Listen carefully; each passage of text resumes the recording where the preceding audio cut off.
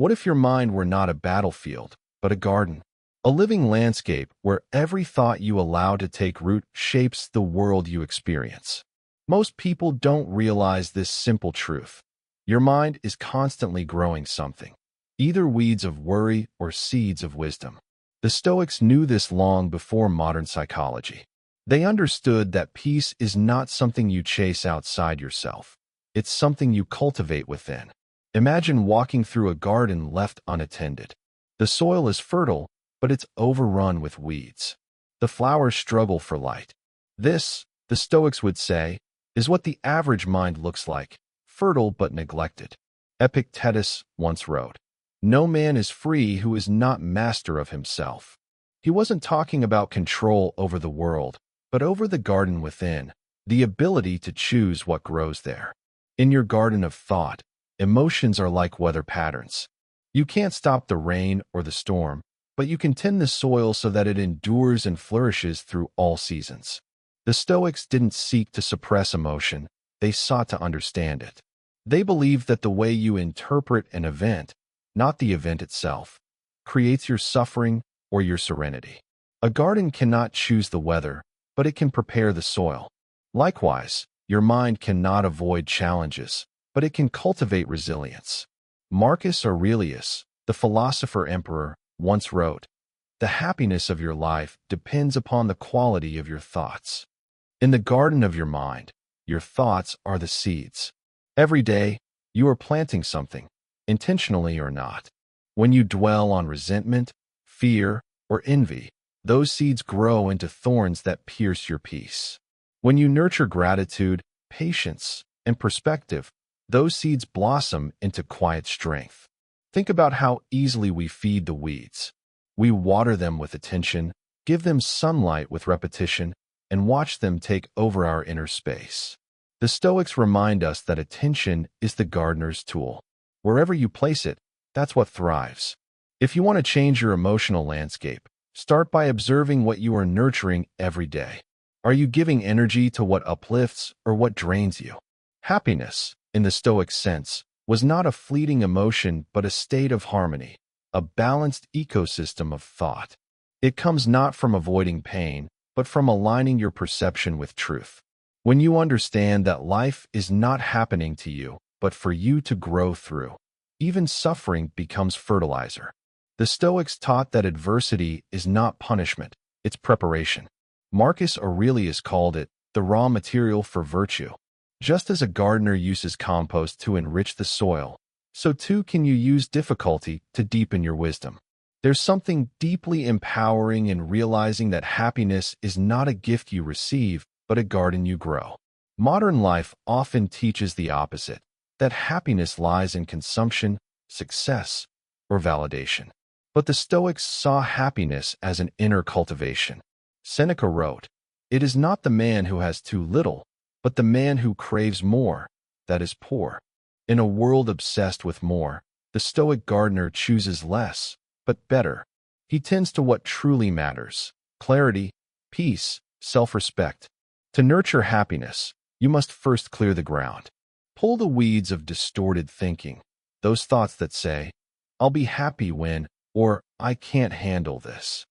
The Stoics trained their minds through daily reflection, much like a gardener walks his rows each morning. They examined which thoughts helped them grow and which ones suffocated them. You can do the same by asking, is this thought helping my peace or hurting it? Even the simplest practice, pausing before reacting, can change the entire landscape of your mind. Epictetus said, "It's not what happens to you, but how you react to it that matters." When anger flares, instead of feeding it, you can observe it like a gardener watching a storm. The clouds will pass. The soil will recover. You remain the caretaker, not the chaos. Another powerful Stoic tool for nurturing your inner garden is gratitude. To the Stoics, gratitude was not naive optimism, but an act of perception. It was a way of seeing the abundance that already exists. When you focus on what you have instead of what's missing, you redirect the sunlight of awareness. You nourish the plants of peace. Gratitude transforms scarcity into sufficiency and brings a quiet joy that circumstance cannot offer. The Stoics also practiced visualization, not of success or wealth, but of life's impermanence. They meditated on change, loss, and death, not to become morbid, but to appreciate life more fully. Memento mori, remember you must die, was not a threat, it was a call to presence. When you accept that every moment is fleeting, every breath becomes sacred. You begin to see that happiness is not found in some distant future, but in this very moment, alive and aware. Your mind, like any garden, needs boundaries. Without them, weeds from the outside world will invade. This is why the Stoics valued discipline, not as restriction, but as protection of inner peace. Discipline is the fence around your serenity. It's saying no to unnecessary drama, no to impulsive reactions, no to self-sabotage. It's choosing what you allow to grow inside you. But discipline without compassion becomes barren soil. The Stoics understood that true wisdom is gentle. You are not meant to punish yourself for every negative thought. Instead, you learn from it, compost it, and use it to grow stronger. Self-awareness without judgment, that is the art of tending your inner world.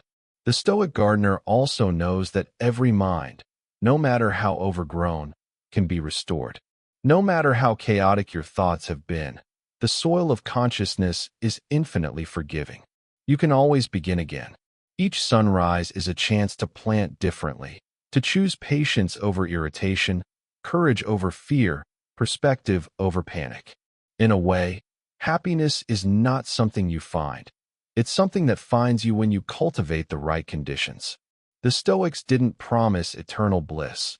They promised stability, clarity, and peace, even amidst chaos. They knew that a well-tended mind could withstand any storm. Your peace is not fragile. It is the strength of roots buried deep in wisdom. When you tend to your inner garden with patience, awareness, and gratitude, happiness grows naturally. You don't need to force it or chase it. You only need to remove what blocks it. As Marcus Aurelius said, the impediment to action advances action. What stands in the way becomes the way. In the garden of your mind, even obstacles become opportunities to bloom. When you begin to see your mind as a garden, even your struggles take on a sacred meaning. The storms that once terrified you become nourishing rain. The shadows that frightened you reveal where new growth is possible. This is the heart of Stoic wisdom. Nothing is wasted, not even pain. Everything can serve your growth if you meet it with awareness. Seneca wrote, "A gem cannot be polished without friction, nor a man perfected without trials." The Stoics saw every hardship as a chance to strengthen the soul. To them, adversity was not an interruption to peace. It was the path to peace. Just as a plant deepens its roots when the wind blows, so does your mind develop resilience when challenged. Every difficulty becomes training for the soul, shaping you into something unshakable. In the garden of your mind, perspective is sunlight. Without it, everything withers. Perspective gives warmth and meaning to every experience. It helps you remember that events themselves are neutral. It's your interpretation that colors them. The Stoics practiced the art of reframing, to look at life not through fear, but through wisdom. When something goes wrong, they ask, what can I learn from this? How can this make me stronger? That shift in question turns chaos into clarity. Modern science now echoes what the Stoics knew millennia ago. The brain rewires itself according to where attention flows. Focus on worry, and the pathways of fear grow stronger. Focus on gratitude and understanding, and those neural pathways expand instead. Your attention is not passive, it's creative. You are literally sculpting your reality with every thought you entertain. The Stoics called this the discipline of assent, the conscious choice to accept or reject thoughts before they take root. You are the gatekeeper of your own mind. Every time you choose not to feed anger, jealousy, or fear, you strengthen your inner authority. You declare, I decide what grows here. That is freedom, not control over life, but mastery of response. Epictetus reminded his students that external events are beyond our power. but our reactions are always within our grasp. This single truth contains the essence of Stoic happiness. You cannot stop people from judging, nor fate from turning, nor time from passing. But you can choose your inner posture toward it all. And that choice, repeated daily, creates the steady calm that no chaos can shake. In your mental garden, daily habits are the gardener's rituals. Morning reflection clears the ground. Gratitude waters the roots. Evening contemplation prunes away what no longer serves. The Stoics lived by this rhythm, each day a cycle of tending the mind. Marcus Aurelius began his mornings by reminding himself of human nature, that people may be selfish or rude, but that his peace need not depend on them. This was not pessimism, but preparation. By expecting life to be imperfect, he made himself unbreakable. Happiness, to the Stoic, was never about perfect conditions. It was about perfect awareness. You cannot wait for the world to be still before you cultivate peace. You must find stillness within the noise. Like a garden in the middle of a city, your mind can remain a sanctuary even when the world around you is chaotic. The noise outside only matters if you invite it in. The Stoic approach to happiness also involves deep acceptance, not resignation, but the wisdom to see that what is already is. Resistance to reality breeds suffering.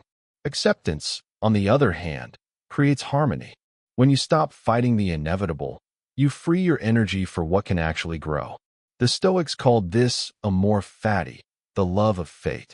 It is not just enduring what happens, but embracing it as part of your unfolding. Every experience, whether joyful or painful, becomes a seed of understanding. In that acceptance, compassion naturally arises. When you recognize that everyone else is also tending their own inner garden, some well, some poorly, you begin to judge less and empathize more. You see that anger and cruelty often come from minds overrun with weeds of pain. The Stoic doesn't respond with hatred, but with understanding. Only light can show the weeds for what they are.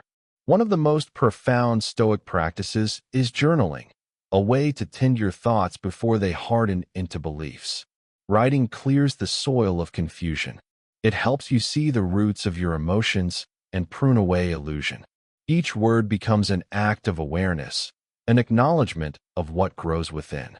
The Stoics did not journal for vanity, but for transformation. The page became a mirror, and through it, they refined the soul.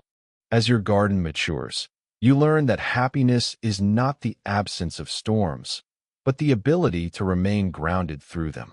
The Stoic mind finds joy not in control, but in coherence. You can't stop the rain, but you can let it fall without fear. You can let life unfold without losing your center.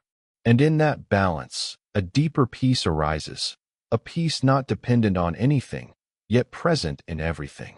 Happiness, the Stoics taught, is a quiet confidence in the unfolding of life. It's knowing that whatever comes, you will meet it with strength and clarity. It's realizing that peace is not something found after problems disappear.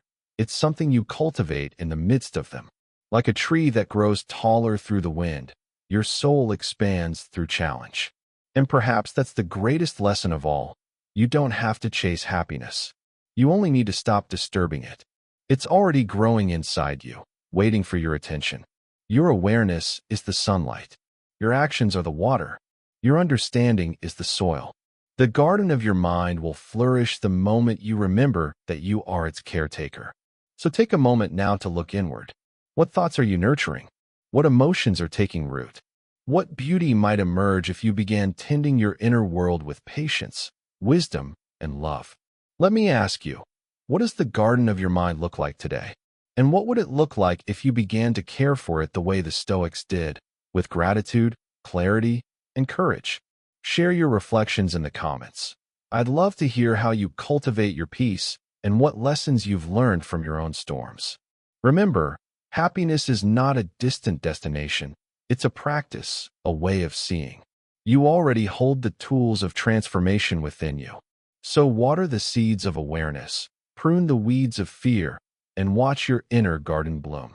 If this message resonated with you, Like this video and subscribe for more timeless wisdom to help you live with calm, clarity, and meaning.